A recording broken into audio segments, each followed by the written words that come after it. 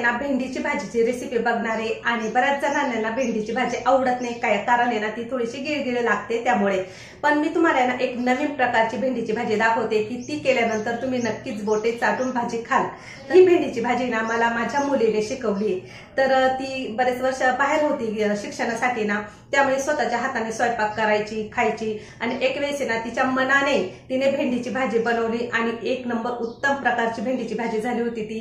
आणि ती भाजीची रेसिपी आज मी तुम्हाला दाखवते, तर चला रेसिपीला सुरुवात करू। काय काय साहित्य घेतले ते पण बघू, पण त्याआधी तुम्ही जर माझ्या चॅनेलवर नवीन असाल तर चॅनेलला सबस्क्राइब करायला विसरू नका। चटपटीत मॅगी मसाला भेंडी बनवण्यासाठी इथे मी 250 ग्रॅम हिरवीगार भेंडी घेतली, एक छोटासा बटाटा साळून बारीक फोडी करून घेतल्या, एक टोमॅटो पण बारीक कापून घेतला, त्यानंतर तेल, 8 ते 10 लसूण पाकळ्या, 5-6 हिरवी मिरची, चवीनुसार मीठ घे, पाव चमचा हिंग, अर्धा चमचा जिरे, 2 मॅगी मसाल्याच्या पुड्या घेतल्या आहे आणि इथे ना भेंडी कट करून घेतली।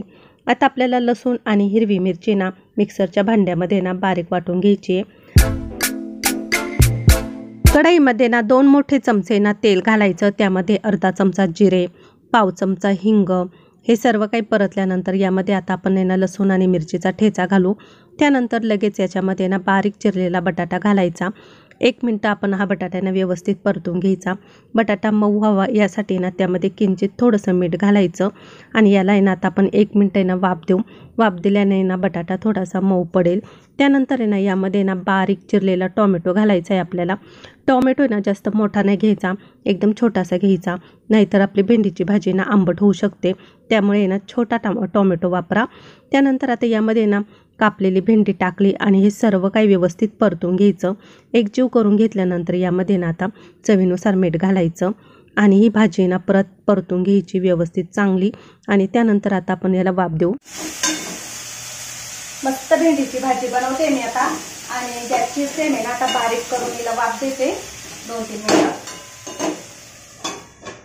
या भेंडीच्या भाजीला ना 1 चमचा मॅगी मसाला टाका। मी इथे ना 2 पाऊच आणले होते छोटे छोटे, त्यामध्ये ना अर्धा चमचा मॅगी मसाला असेल। भेंडीची भाजी पूर्ण शिजल्यानंतर आपण यामध्ये ना 2 पाऊच आणले होते मी, हे छोटे छोटे पाऊच आहे मॅगी मसाल्याचे। तर मॅगी मसाला टाकला मी यामध्ये, पण टाकताना कॅमेरा आहे ना ऑन नव्हता, तर त्यामुळे तुम्हाला ते दिसलं नाही। पण सर्व काही मॅगी मसाल्याच्या दोन्ही पण पुड्या मी या भाजीला वापरल्या। 200 ग्रॅम भेंडी होती, 250 ग्रॅम भेंडी होती, तर 250 ग्रॅम भेंडीला मी 2 पाऊच वापरले हे छोटेसे मॅगी मसाल्याचे। तर आता आपली भेंडी झाली, गॅस बंद करून टाकू। मसाला टाकल्यानंतर आहे ना पूर्ण भेंडी मिक्स करून घ्यायची, नंतर गॅस बंद करून टाकायचा आणि आता आपण ही भेंडी ना प्लेटमध्ये काढून घेऊ।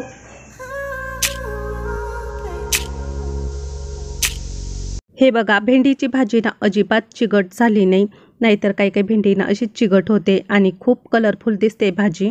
आपली चटपटीत मॅगी मसाला भेंडी आता इथे तयार झाली आहे आणि कशी वाटली तुम्हाला मला कमेंटमध्ये नक्की सांगा। तर या मसाला भेंडीला आहे ना मॅगी मसाला भेंडी असं मी स्वतः नाव दिलेलं आहे, कारण यामध्ये आपण मॅगी मसाल्याचा वापर केलेला आहे। तर ही भेंडीची भाजी तुम्ही नक्की करून बघा, आवडली तर मला कमेंटमध्ये सांगा। आणि आजचा व्हिडिओ कसा वाटला, व्हिडिओ आवडला असेल तर व्हिडिओला लाईक करा, शेअर करा, कमेंट करा। अशाच नवनवीन आणि पारंपरिक रेसिपी बघण्यासाठी आपण परत भेटू, तोपर्यंत सर्वांना बाय बाय।